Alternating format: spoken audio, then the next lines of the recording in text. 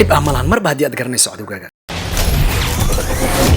dagaal ama weerar marka aad maqasho waxa uu leeyahay afar marxaladood midda koowaad waa cadowga oo la aqoonsado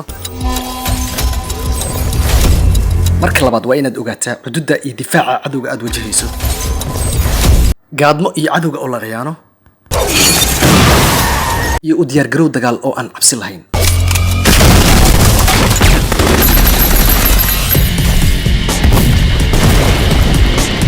waxaan ahay tashii kabtanka ciidanka ee Hindiya raggan waa asxaabtayda ma nihin dad isku qoys ah balse waxaan walaalo ku noqonay difaaca dalkeena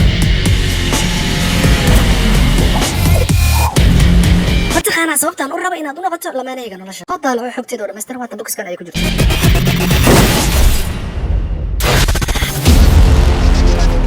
هل كان مرستي إذا أي أتكد كنت كي سنة إلى الصعود عفوا ما لهين دقائق إذا إيمي دريتها بس واحد الله دري كوتد أفرتني لبعض تمر رجل الله دري هالقال كسوال واي بتكون كل صانع قانون لي جري واحد لقى شكي أياك دع كنتاس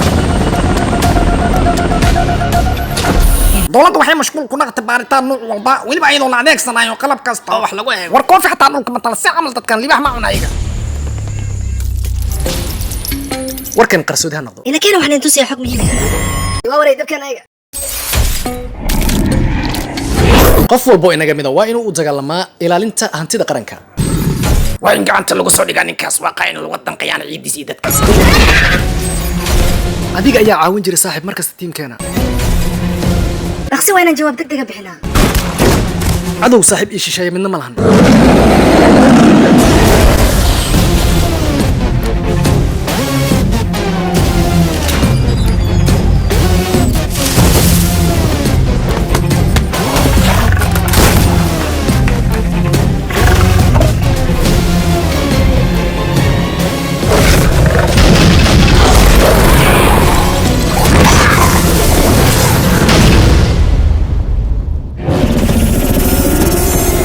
askari walba waa inuu ogaadaa waxa jira wajiga shanaad ee dagaalka hay halka hawlgalina hal isdaariyo let's go